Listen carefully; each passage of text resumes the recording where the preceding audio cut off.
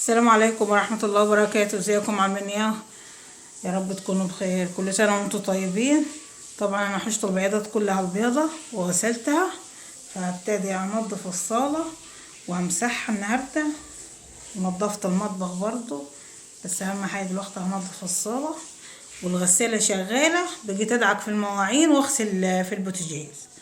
فانا اول ما الاولاد طبعا قاموا عشان كانوا نايمين برضو على الركنة قدام التلفزيون وجار النت، فاول ما قام من النوم هبتدي انضف الصاله.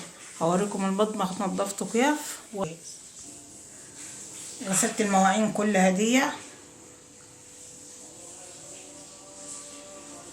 وادي الحوض طبعا غسلاه، وادي البوتاجاز غسلاه.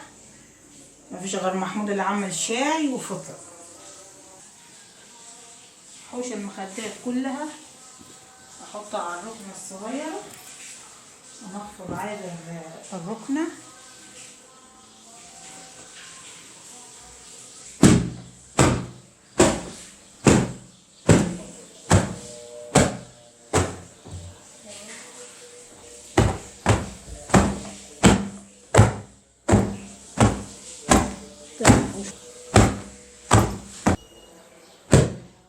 بعد ما نفضت الركنة كلها ابتدي انفض الغسالة دي برضو، لان انا مش هفرش غير بعد ما امسح.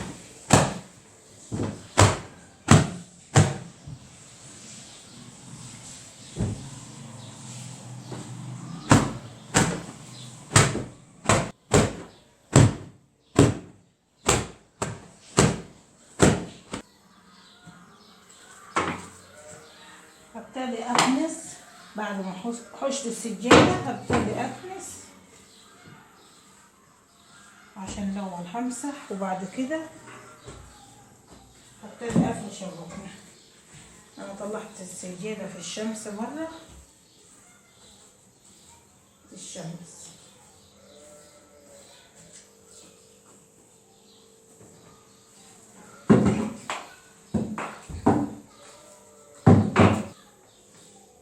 السجاد ابتدى يحلل تراب. اخلص كنس الصالة وارجع لكم وانا بمسح الصالة.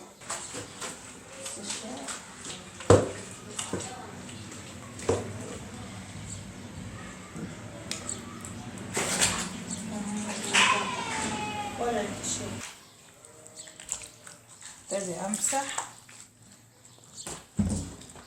وورا الركن طبعا نظيف ما كملش حاجة مسحينها. انا يعني بمسح كده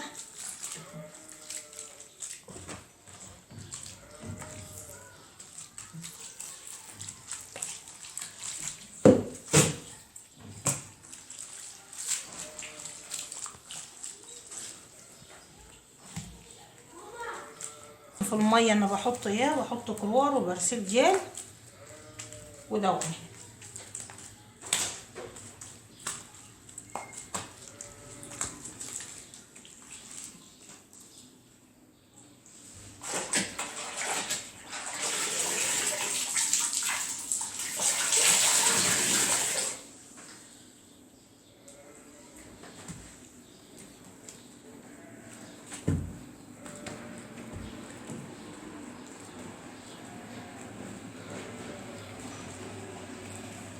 واهم حاجة باللايك والاشتراك وتفعيل الجرس عشان يوصلكم كل جديد.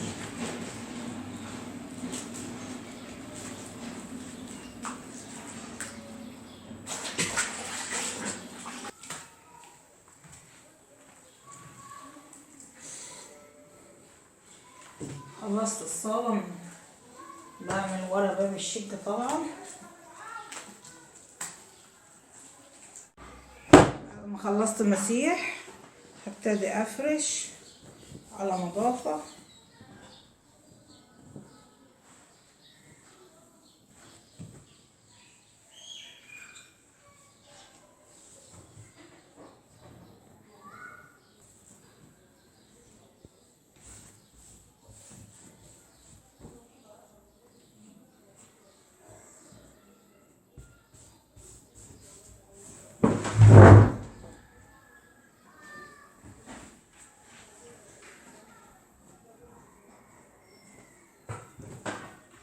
هحط المساند كلها على الكنبة كده.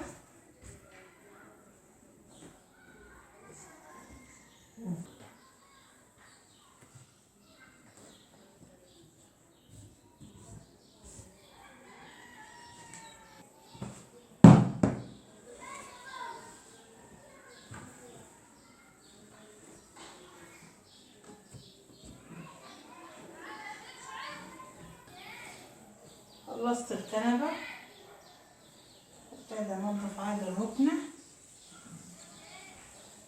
وافرشها محكوم.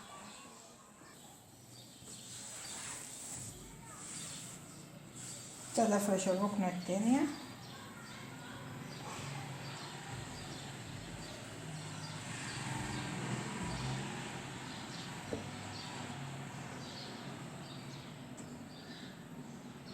اما احاول برضو ان انا اخلي الوردية على الطرف.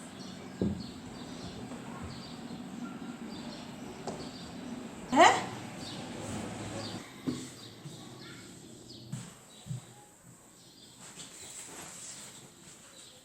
افرش الكنبة التالتة تحت الركنة.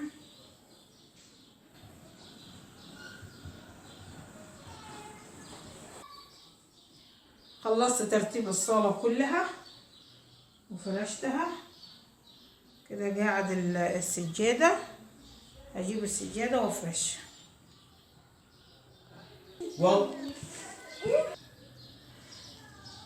خلصت الصالة بكل سهولة وكل نشاط. شايفين النظافة وريحة الدوني مع برسيل الجل بصراحة ما يبقى ريحته جميلة. واهم حاجة متنسوش باللايك والاشتراك وتفعيل الجرس عشان يوصلكم كل جديد.